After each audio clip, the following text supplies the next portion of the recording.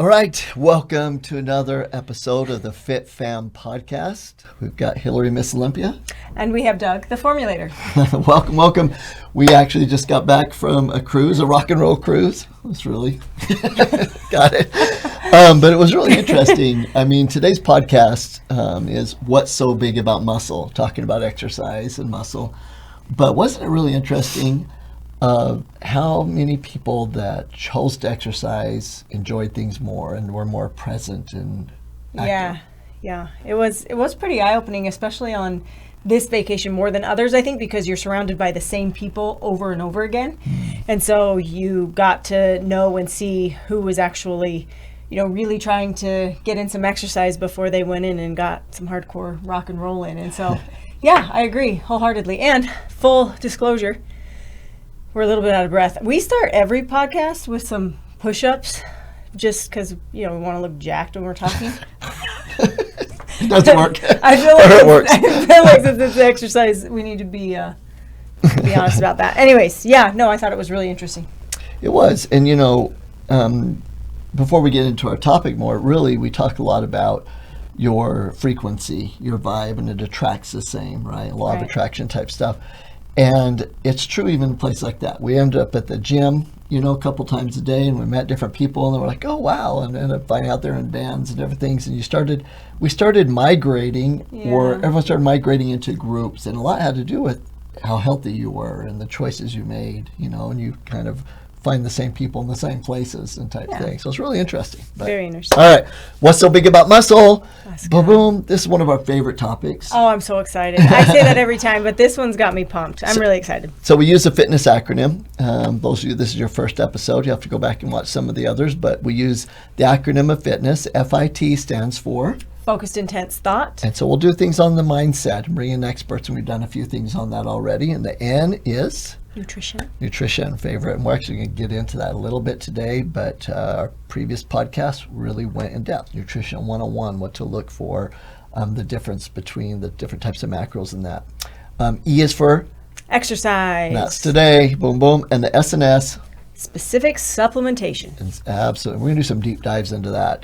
Hillary's been putting it out there on what people want to hear about, and it's really amazing what people want to hear about, some things that we think are everyday things, and it's going to be real fun. So today, what's so big about muscle really is more about, to begin with, exercise in general, because we have to understand that if we don't have the right mindset, our focused intense thought, right, where we're creating these health identities, and if we don't have a why big enough, we'll never do it. Or the desire to exercise, right? So, and the desire usually comes from the why, because most exercise isn't fun, right? We don't have a lot of fun doing it. We just love the result. Love the result. You love the exercise? Most of the time. I'm going to upper intensity a bit. So, all right. Not always. Not always. So go ahead. Yeah, I was just going to, I think it's interesting what you were able to find on the CDC website, just because we don't always align so well with the CDC, but it's interesting that even the CDC comes out Center and for Disease Control says all of the things that are, all of the benefits that you can get from physical activity. So let me just run through those. Is that okay? Or did you want to hit each one and I'll maybe comment on it. You're going to have something to say about each one? I'm a study or two. Anyways, okay. So the CDC says that regular physical activity can improve your brain health, help manage weight, reduce the risk of disease, strengthen bone and muscle, improve your ability to do everyday activities. Okay, so let's hit them really quick. So let's talk about brain health. So that's one thing that people don't understand very much as far as like thinking about the benefits of exercise, right? Yeah. And the proof from the studies is really cool. Like, it's pretty new, and that is that when you exercise, you actually tell your brain to produce certain chemicals, some of them being endorphins for one of them, that just give that feeling of excitement and power and energy and feeling good, and it makes your brain focus more and able to focus better.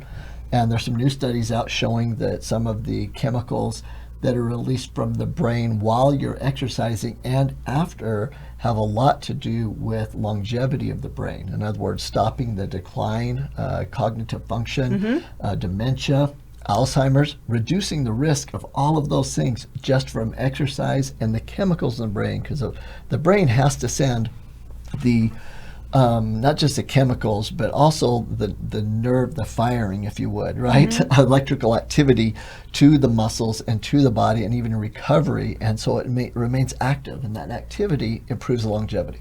Yeah, for sure. So we're talking about cognitive function, of course, but also let's kind of hit on mood, right? Mm-hmm. How exercise really improves your mood, and that's all about your brain too. You know, there's plenty of times that Doug and I will talk, and really my day starts, you know, I help get Doug off to the office, but then my day starts with my exercise. That's how I begin my day.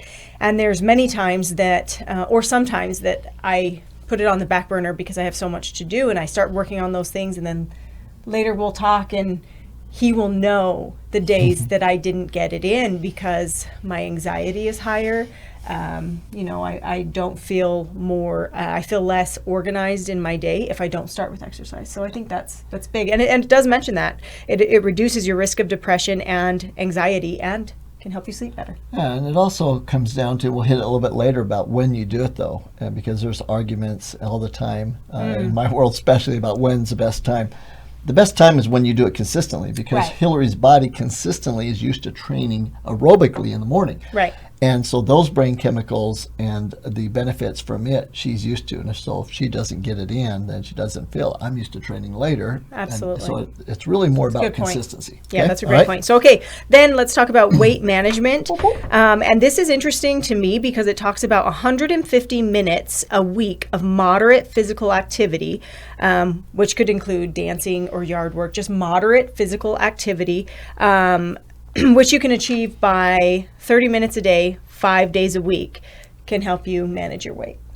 That is true, and that is really low, because we'll get into some other studies, but just showing the importance of it for helping your body burn fat, weight management, even a small amount of exercise, because we're going to get into the exact amount when we get to the exercise section down at the bottom here of our spreadsheet, or we go through our framework. But I think it's important to understand that everyone knows that when you're exercising, you're burning calories, but not everyone knows that when you exercise and you strengthen your muscles, you're burning calories, for the other 23 hours of the day. Right. And that's really the key for weight management, for sure. For sure.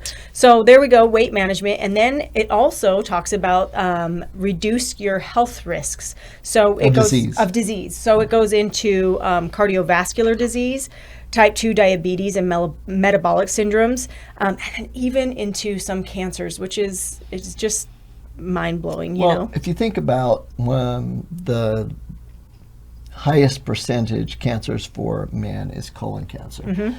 And just exercise alone helps with that area because it keeps it more active. Some of the other cancers, even breast cancer for women and that, the activity and the oxygen in the lungs helps to oxygenate the tissues better, and which is great to actually get rid of any type of cancers, or doesn't allow cancers to actually thrive and to grow and metastasize in the body.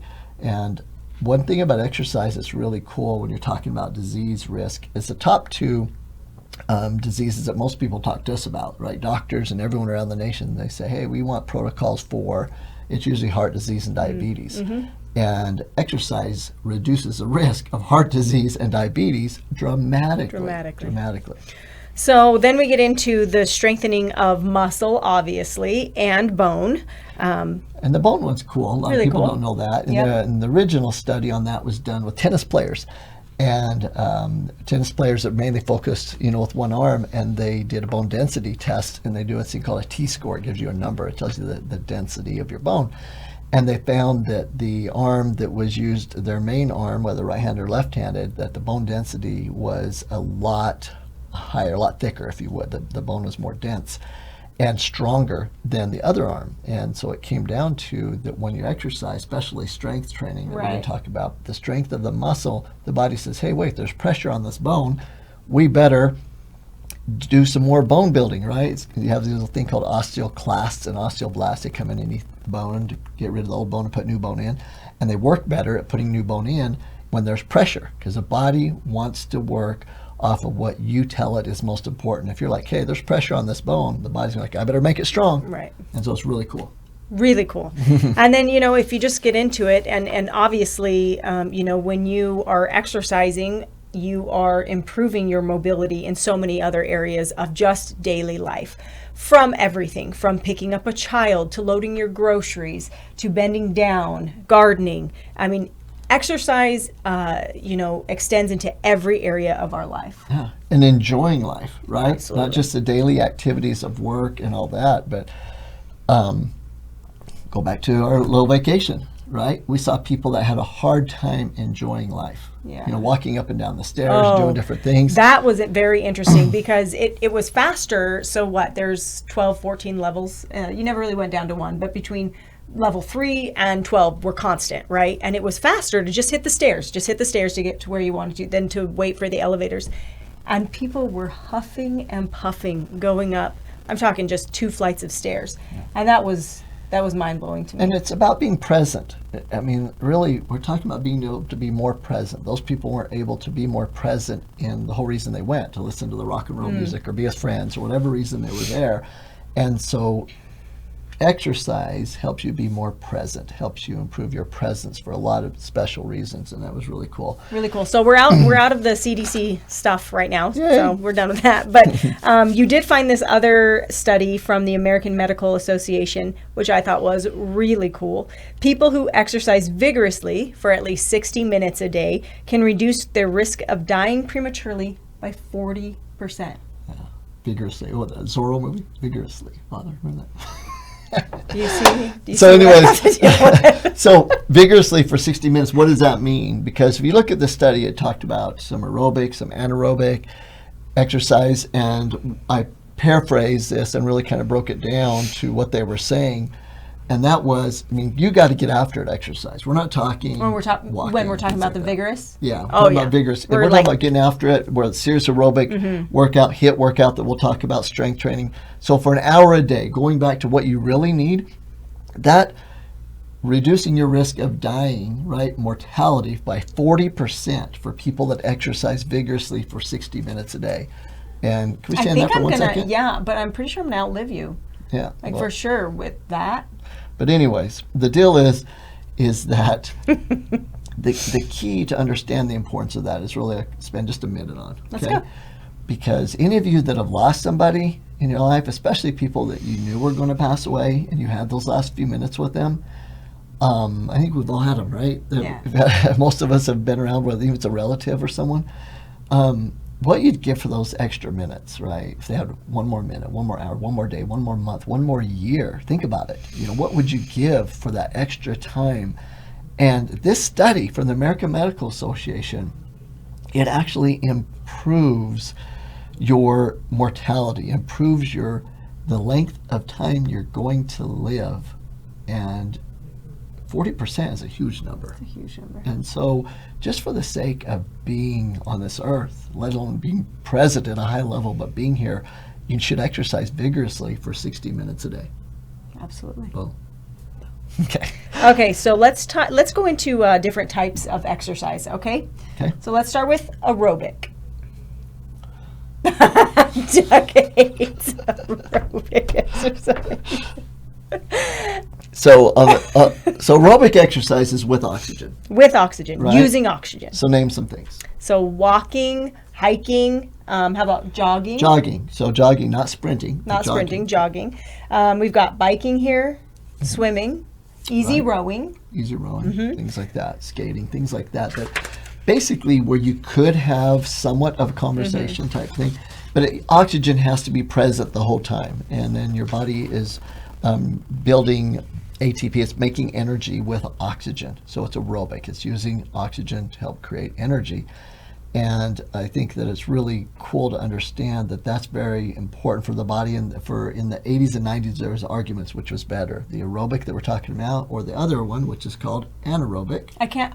You say 80s and 90s aerobic, and all I can think of is my mom in her biker shorts and Leo with the leg warmers. I can't help it. That's what I think of. Anyway, sorry. We saw some of that last week. Anyways, all right. I didn't want to, but we did. Okay. So We have aerobic, and we know that it benefits cardiovascular system. Your volume of oxygen, VO2 max, basically. And remember, oxygen destroys bacteria, virus, and parasites. Dr. Otto Warburg won the Nobel Prize twice for that, understanding that or bringing that to light. And so oxygen is critical, the ability to handle oxygen. Yeah. So super important. But Super important. The other part of exercise besides the aerobic is called the Anaerobic. anaerobic. So without Without oxygen. Whoa. Boom. There's that. Without oxygen. So name some anaerobic exercises. So we have weightlifting, jumping or jumping rope, sprinting, HIIT, which is high intensity interval training, and then like hard biking.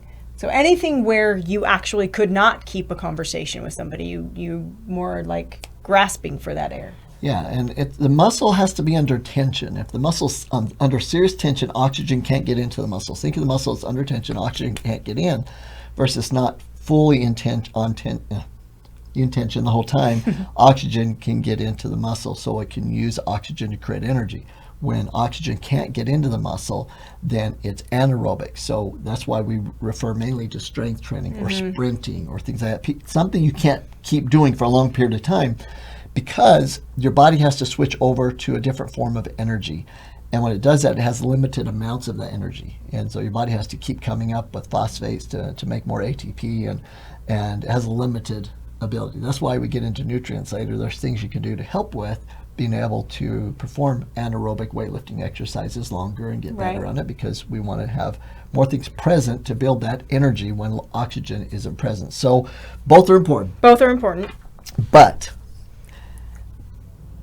a lot of my original world research, 90s and that was a big argument I mentioned earlier about, what's better. And so Dr. Wayne Westcott, Ellington Darden, a couple of just studmeisters, back in the day, even Nautilus, they did these studies and they found that both are critical. But if you strength trained and you went from one exercise to the next quickly, right, that you're able to also build a lot of your cardiovascular endurance. And so they were just talking about the importance of, look, you need to do both, but if you have to cut one down and increase the other, for the most part, just for general health, you're best off doing the strength training, the anaerobic. So what is so big about muscle? What is it? What is it?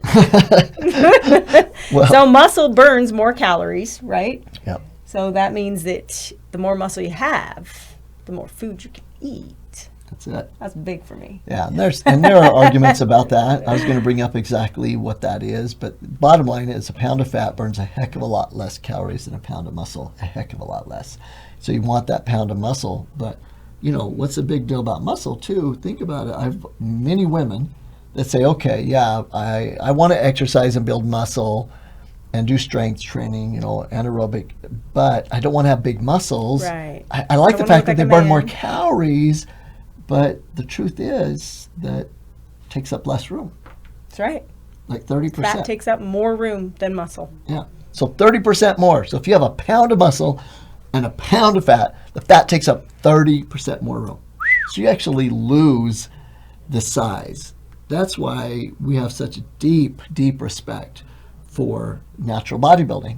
Absolutely. Because it is hard to reduce all the fat. You reduced all that size, and now you're actually smaller, and then to build the muscle back up, that's a special art form. And so you don't think you're going to build muscle just because you get big giant muscles from building going to strength muscle training. is work. It is work. hard, and it is important.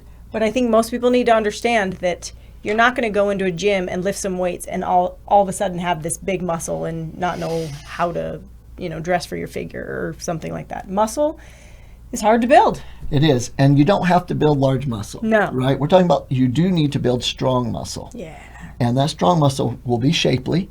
And so for men, the shape that you hopefully would want, with women, a good shapely figure. Now bodybuilding, because some people, I don't want a body like that. That's different. And you won't have one. People always ask Arnold, I don't want a body that big. He's like, you don't have to worry about it. You never will, right? Like, there's no way you're going to put in the work. That's just what Arnold would say. But I think of the same thing quite often. So the shape is important, though, of the muscle, because your body, your frame, has a specific shape. And the muscles support the spine, and the spine has 3 curves in it: cervical curve, thoracic, and lumbar curve. And those curve, if they ever get out of place, like the muscle in the front's too tight for the back, or the back is too tight, every muscle has a positive and negative. We call it an agonist and an antagonist. So if I'm doing a bicep curl, it's the agonist, the antagonist is tricep, right? So everything has that, and it's pulling on the spine. So we want to have balance so that we're able to keep those curves, not put pressure on the nerves, not cause issues, not causing lordosis or kyphosis or anything like that. And so there's a lot to be said about non-vanity, just health, the shape of the human body and what it should be. Absolutely. So we're talking strength of muscle, strong bone, mobility, shape, all of that. But I do want to say it is okay to want to look a certain way. There is nothing wrong with that. Absolutely. The thing, that's what's kind of cool about it. As long as you have your health identity trait be something that's going to keep you to, as you're creating that muscle, and do it in a natural way that helps with longevity. Because some people get caught up, I want to have big muscle, I want to be shapely, and they do steroids, they do drugs, they do things that are destroying them internally for this outward appearance. So that's why we always say the words natural bodybuilding that are tested. Soccrates. This is a cool quote. Stud. I love you. He wore a dress. Okay. No man has the right to be an amateur in the matter of physical training. It is a shame for a man to grow old without seeing the beauty and strength of which his body is capable. I love that so much. And it was so far back that Soccrates said it. Just put the word mankind, right? So no person has a right to be an amateur in the matter of physical training. And he was just trying to explain everybody was given this phenomenal gift from God, and you should really show your respect for it by finding out what's capable of, right? Getting after it and just making, and there's a time when you're always able to find out what you're capable of for your age. And as a little kid, you're only capable of so much. Your muscles are just starting to grow in that, and as you get older, we'll talk about that next, about sarcopenia, about losing muscle. But at every age, you have the ability to say, what's for me right now, what is the ultimate, how can I really show respect and have my body, energy, everything be at the best possible for me. And for my family. Absolutely. Yeah. Awesome. Okay. Awesome. So National Institute of Health, there's a study done by Volpe and Nazemi that was really cool, where they were saying, all right, as you age, how much muscle do you lose if you don't do something to keep it? That's the key, right? Okay. So if you just live a normal life, and that means working, going to work, doing things, doing some activity, but not vigorous exercise days. So if you're not vigorously working to keep your muscle, the average person loses 10% of their muscle after the age of 35 every year. Wow. That's a lot. That's a lot. So let's say you weighed 150 pound person, right? Okay. Right, small man.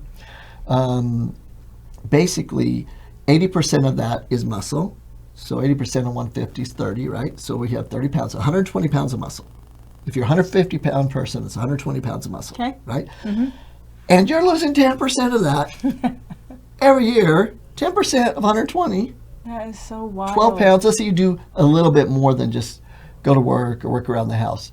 So let's say you lose 10 pounds of muscle. In fact, let's even say you do exercise some, but not 60 minutes vigorously a day, and use 5 pounds of muscle. This is why crazy. It is crazy, but this is where it comes into play, where we work with men and women, but you hear it specifically from women more, I believe, that, I have to do so much more now than I had to do when I was younger to maintain even half of what I used to be able to maintain. Well, that's why. That is why, because of the muscle. Yeah. And we've seen the opposite of that. Women in their 40s, their 50s, their 60s, their 70s. We have a great friend in their 80s bodybuilding on the INBA that looks great and trains and eats a lot and stays really lean. But it's about the consistency of the exercise. So let's go through the fitness acronyms. It applies to exercise. And then once we get to the E, let's hit them hard and tell them how to exercise. Okay, I like it. What it is. Okay. Maybe talk a little bro terminology. Okay, yeah. Here we go. Okay, so focused, intense thought. Your health identity trait and why exercise is important, especially building muscle. So I think that your focus, intense thought of fitness really comes down to the number one thing we ask people to do, and that's to create a health identity trait. Because if you create a health identity trait, some words, a picture of something, an animal, something. So that can when you say it, can you give some examples of Yeah. what some people have created with their health identity trait? Yeah, let's do that. We Okay. know a few. Okay. I have a friend that blew me away. He said, I want to be a sexy biohacker. And I'm like, you have to explain that one. And he's like, I want to be sexy because for my wife, I don't want her to see love handles. I just want to be sexy to her. I want her to think I'm sexy. And for him, that was the love handle thing, was Yeah. that concept, right? And the biohacker was trying to commitment to always stay on the latest advances of health and nutrition, I love whether it. it be. And so that for him every day is, what would a sexy biohacker do? What would they eat? How would they get up their butt and go exercise? Would they, and so everything they do through the day is based on that health identity trait. What's some of the others? What's the one that Dallin just sent over? Snow tiger? Snow tiger? Snow leopard? Snow leopard?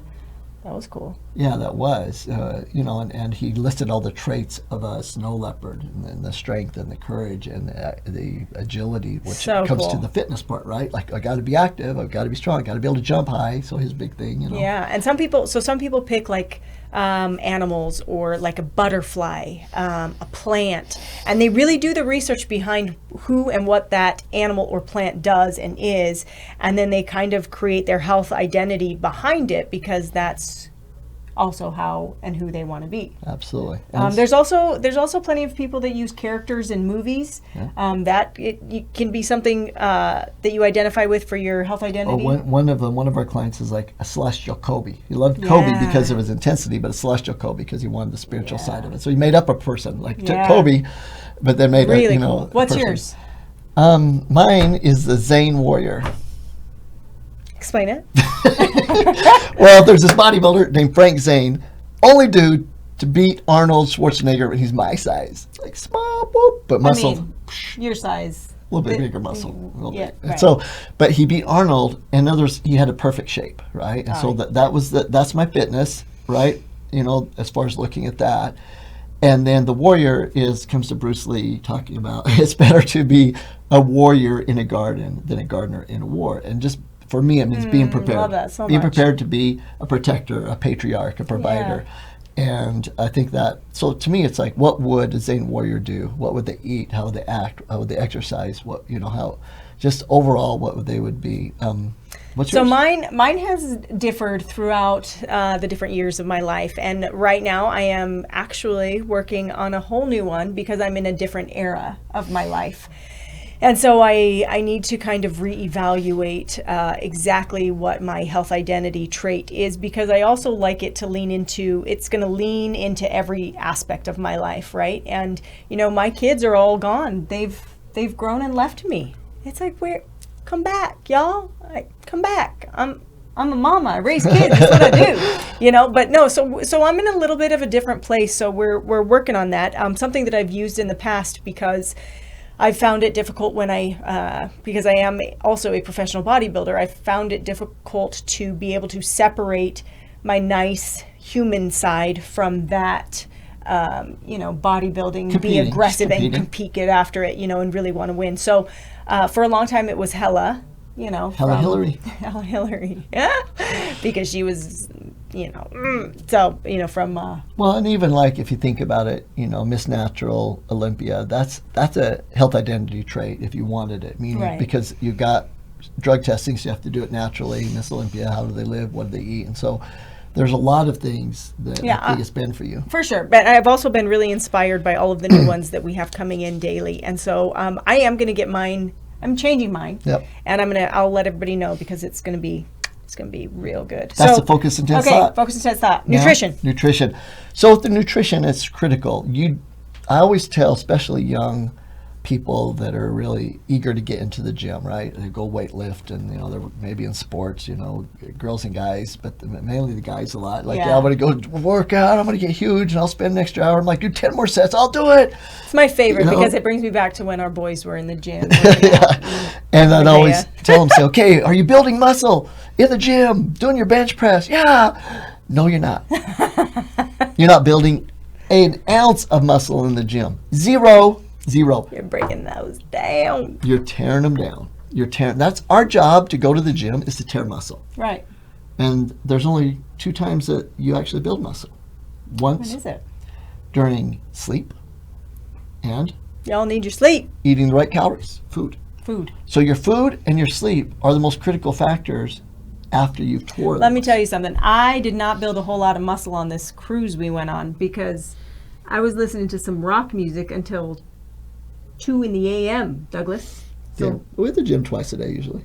So my pretty sleep good. was deprived. The Anyways, sleep was okay. deprived. Okay, I see what you're saying. Yeah. So the nutrition and exercise becomes a huge part. So when we're talking about the fitness acronym for muscle, right? I'm talking about what's so big about muscle this episode. The nutrition is critical, and 0.75 grams of protein per pound of body weight is a magic number. Too much protein, you lower your testosterone levels. Right. Too little protein, you're not building enough muscle. So it is important, and there's arguments all over the place. I'm just telling you, research based on just research. And you look at meta-analysis, 0.75 grams per pound of body weight. Whatever your body weight is, times it by 0.75, that's how many grams of protein you should be consuming a day. And you could go up a little bit, down a little bit, got it, arguments, but that's the number. That's your sweet spot. Some people like to do a gram per body weight. In the bro world, bodybuilding world. in the bro world, for sure, So, and the bodybuilding world, the that's- bodybuilding world. yeah. We're going to talk about that. So when we're talking about the best nutrition for building muscle, also it all boils down to really the same things when you're building muscle or just trying to stay healthy. Fried foods will mess you up, so eliminate fried foods, processed foods, and carbs are your friend. To build muscle or healthy life, carbs are your friend. Got it, people? Good carbs, Hey, look, not crap carbs. can we talk about that for a second? Yeah, let's talk. Because I get really upset I know sometimes. you do.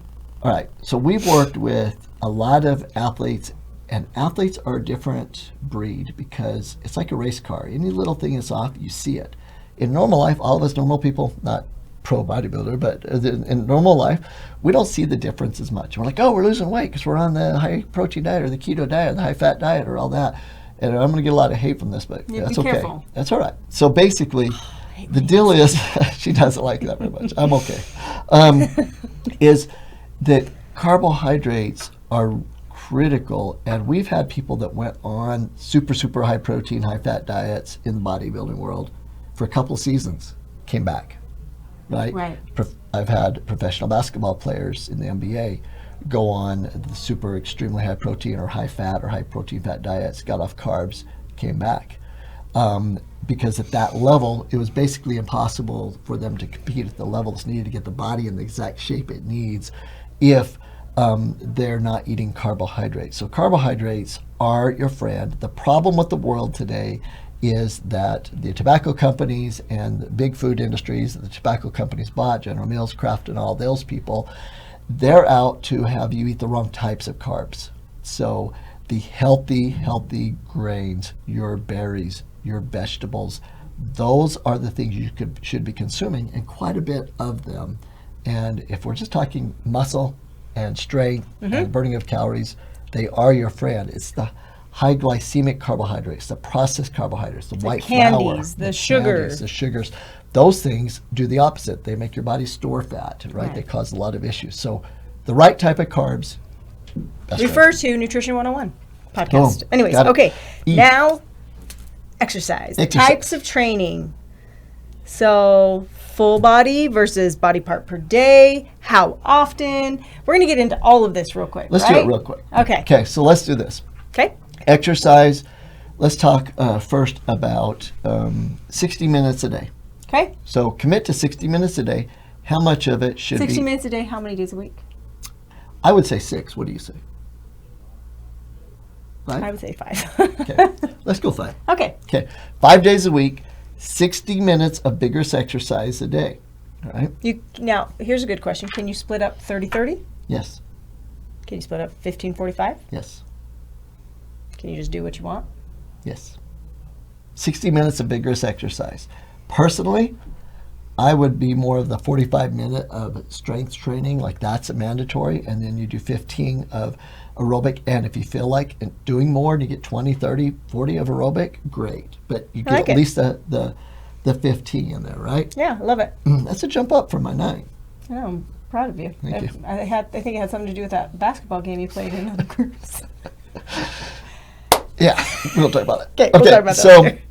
So let's talk about exercise. So 60 minutes, that's the commitment we'd like you to have. And split it up between aerobic, which we don't need to spend much time on that. Maybe HIIT. Let's talk about HIIT a little bit. Okay, high intensity interval training. What does that mean? So HIIT training means that we are bringing our heart rate way up for a time, and then we're bringing it right back down, okay? And we're doing that for our entire duration of working out. Originally, the studies were done on 20 seconds, 10 seconds, correct? Professor Tabata. Uh-huh. Tabata. So they call it Tabata training. Mm-hmm. And it's because he's the one, he actually didn't invent it, but he was on watching the Olympics, and the Olympic trainer was doing it, and so he did research on it, so he got all the credit. But And it was for only Tabata, how long? Like the whole... 4 minutes. 20 seconds on, 10 seconds off for 4 minutes. And they were able to burn a lot more calories by doing the HIIT, high intensity interval, the interval part of it, right? 20 on, 10 off, than people that just did it steady state, meaning steady, consistent state. And so that started the ball game, but now it's to a point where you don't do 20-10s, you do like... Yeah, I'm all over the place. So when I do my HIIT training, I do my HIIT training in the mornings, and I do 45 minutes, typically 5 to 6 days a week. And we do that through sprinting and then bringing it back down to a light jog, fast walk. We do it that way, and or with incline on the treadmill. So anything that is we're looking for the intensity, whether it's a sprint for your intensity, rowing, or it's like an incline for your intensity, because it's a lot harder to walk uphill than it is to just stay steady. So the HIIT training could be something, if you have limited time for your cardiovascular work, then you could do the HIIT and get, shorter amount of time. So even though you're doing it for 45 minutes, it'd be like doing an hour and a half, almost 2 hours of steady state. So, yeah, and I don't do the 20-10 seconds. I don't do, I don't know if you just said that. I do it for minutes, and then I bring it down, and mine's crazy. So okay, so that's the aerobic. So let's talk about strength training. Let's talk about strength training. So let's play for just a minute, though, because when we're talking about strength training, it usually means a gym. We spent many years proving you don't have to go to a gym, you don't have to have a lot of money. I would say 15 years of our marriage. Okay. About 15 years of our marriage or so. Let's say 10. Okay, 10. That we bought used equipment, converted a bedroom everywhere we lived, and just to show you didn't need to have a lot of money, but you could do strength training in your home. You could still be around your kids. You could do that. And it was great for our family. It was great for our family. Yeah. And then one day we're like, Hillary's like, okay, well, have we made our point yet? So we actually built a pretty big gym in our backyard. So we have a big gym. But it was after we made the point that we want to get across to you, and that is even times in our life when we didn't have, the means to do more, to buy more, have more, or go to a gym. We still had the ability to train in our homes with the little equipment that we did have. Absolutely. So doesn't take much. It doesn't take much. And so if you go to a gym, though, and you're watching this and you're motivated and you're like, hey, I'm going to go. I'm going to start going. Yeah. We're going to break you in a little bit. Just have a little fun for a second. Because when you go to the gym, it's like going to another country, right? Like it really is. If you've never been to the gym before, I've had people go and say, hey, okay, I got all motivated and I went to the gym. And I'm like, they were saying words in there and acronyms. I had no clue. So we're going to help you with it, okay? Okay, wait. I don't have whatever bro thing you printed off. Did you print off a bro thing? Yeah, I think so. You didn't give me anything. Oh, okay. So Well, I don't know any bro terms, but I have other terms. So. Let's do it. Okay. So in our office, I had a few people let me know, like, what are some terms that you've heard in the gym that you're like, what the heck? Hades. What the heck does that mean? Anyways, mind-muscle connection was one. Mind-muscle connection, you hear that a lot in the gym. lot. And there's basically the same focus because, I'll tell people I'm trying to get your mind-muscle connection because you actually, from the same movement, can get a lot more work done in the same amount of time by focusing the mind on that muscle. So if I'm doing a curl, the mind-muscle connection is I'm thinking about the bicep only. Thinking about the bicep. Boom, right? Right. So whatever exercise you're doing, get your mind focused on that one muscle group, and the body will actually send more electricity, I'm going to keep it real simple here, to that muscle because there's something called the all or nothing principle, right? So if I screwed a light bulb in right now, I would be using just a few muscle fibers, Right. but it would be using all of those fibers. And if I was opening up a hatch, I would be using all those muscle fibers, but a lot more. And whatever ones I'm using full out. So it's either full or nothing. And that's why it's important to understand that the mind-muscle connection, when I'm exercising, I'm going as hard as I can, and my body needs to recruit more muscle fibers because it's all or nothing to do Right. the movement. My mind can do that for me. It can focus in on it, and then those muscles fibers will fire. I can lift more weight and get more done in the same amount of time, build more muscle, burn more calories. Okay, have more so strength. so instead of going through this right now, can we talk a little bit about what is best as far as type of strength training? You know, do I do a full body routine? Do I do body parts? What's a push-pull? Sure, let's do that. We'll maybe have a few little things in between. each Yeah, one, no, I'll hit 'em. I'll mind hit 'em. muscle connection. I got it. Other one's gains. Can say that you hear a lot of time like get your gains, get that. Yeah, You know, yeah, Son yeah. has a company called Gains and Bulk. You know, like get your gains, and all that means is you're there to make improvement. Make sure you're there to get improvement. You're not just sitting around. So you always say people will say, hey, get your gains or that. Okay, so let's go into Okay. the type of exercise where we're talking about strength training. Strength training. All right. Okay. So most people either do one of two things. Either they do a full body routine, meaning they work every muscle group in 1 hour, all right, or one set time, or they break it up to the way where they do a body part or two per day. Right. So like Hillary does the body part training for the most part. For the most part. I convince her to do full body once a week or so, right? And so she'll do like bison, Back and buys. back and biceps. So back and biceps, We do chest and tries. right? Um, She'll do lower body and focus one time lower body on hamstrings, Hamstrings. and glutes, and another time on the quads. So you're Quads. you're breaking up Quadriceps. quadriceps, Hamstrings. glutes, Where's your glutes. There it is. So basically, you're training different body parts. Now, what is the best? Okay, the truth is, this Here we is the go. truth. Truth is, full body is the best. It really is. For just normal, everyday, healthy. Yep. Yeah. Healthy strength, balancing the body, even some bodybuilding per se, is full body because you're training the full body. You've tore little micro tears through the whole body, and then you rest the whole body. So you Something train that we didn't- Monday, Wednesday, Friday, something like that. I'm sorry, so like a Monday, Wednesday, Friday type training. Okay, so something that we didn't hit was like a warm up, a cool down, and recovery of said muscles. So I do want to say that it is very important to, when you get into the gym, to warm up your muscles, and you can do that in a variety of ways. You can hop on a treadmill, you can hop on a bike, anything that's really moving the majority of your body, getting your blood pumping to all of the different areas of your body, right? That'll help you to warm up. We do a combination. We like to start with just body weight lunges. And the reason we like to do that is because we're using so much of our body in the lunge, but we're also stretching. So we're stretching as we do the lunge, as we come up from the lunge.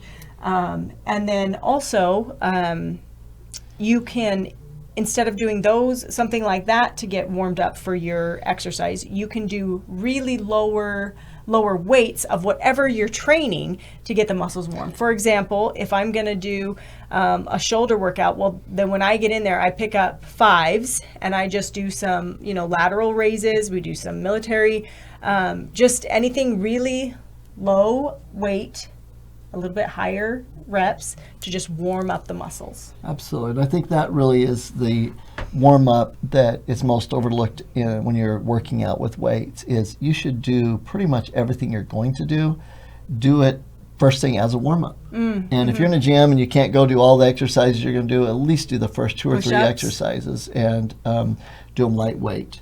Right? Push-ups are great. If you have to completely warm up and then get to the workout for whatever reason, lunges and push-ups are really two So of the best. definitely never anything less than 3 minutes for a workout. You should never get in there and warm up less than 3 minutes. 3 minutes is your very minimum. Up to about 10 minutes of warming up muscle, right? 30. And actually, I do want to say that a warm shower before you get going can also be really beneficial. That's a big secret. Honestly, if you have a hard time getting your muscles going in the gym, you're Or like, man, you're like, you get halfway through and you're finally into it to win it. got it. But if you take a warm shower beforehand, it makes all the difference in the world. And we learned that actually from the NBA, that the older players would go take a warm shower And I was going to say, beforehand, and they were able to flex. The stretching and flexibility was so much better. Yeah. And I was going to say, typically that is best or better sometimes for older. We're talking, 50 plus years. That sometimes is a great way. And then, so then we're talking about cool down afterwards. From strength training, a cool down, what do you think? Usually a cool down should be aerobic, so walking movements, do some stretching while the muscles are warm. Yeah, that's what I was going to go into. As far as like a cool down, something that is perfect is stretching and rolling. I cannot stress, Hillary, are you listening? Pay attention, Hillary. How important rolling out your muscles is for recover. Music's good. I love you. Recovery, just for full stretch, for it's just so important. So when we're talking about, like, you can even get the it looks like a rolling pin, so you can do those and roll muscle. You can get the foam rollers where they're larger and they just lay on the ground and you just roll over them. Mm-hmm. Anything like that. And then also like the massage guns, you can use those to really absolutely. Yeah. Okay, so let's lay out, I think for the sake of time also, let's lay out, well, you're still not telling us how to exercise. Like, how would I set up a routine? So here's the ultimate answer. The ultimate answer, this is so important. I hope you've seen from the research how critical this is. I'm going to tell you what you should do. I'm telling you one more study. I forgot to tell about this cool new study. Came out today. Woo-woo! Have you guys heard about this study? Yeah, it's so cool. Basically, it showed that they took older people, like over 60 years old, right? And they measured their muscle mass, and remember, measuring the muscle determined their health in a huge way, right? Their metabolic activity, immunity, longevity, all those things, ability to be mobile. So all those factors. And they said, all right, let's take people that are older, 50s, 60s, and we're going to find groups that exercised with walking, with strength training, or nothing. And they saw that obviously the ones that didn't do anything had very low muscle and had some serious health conditions.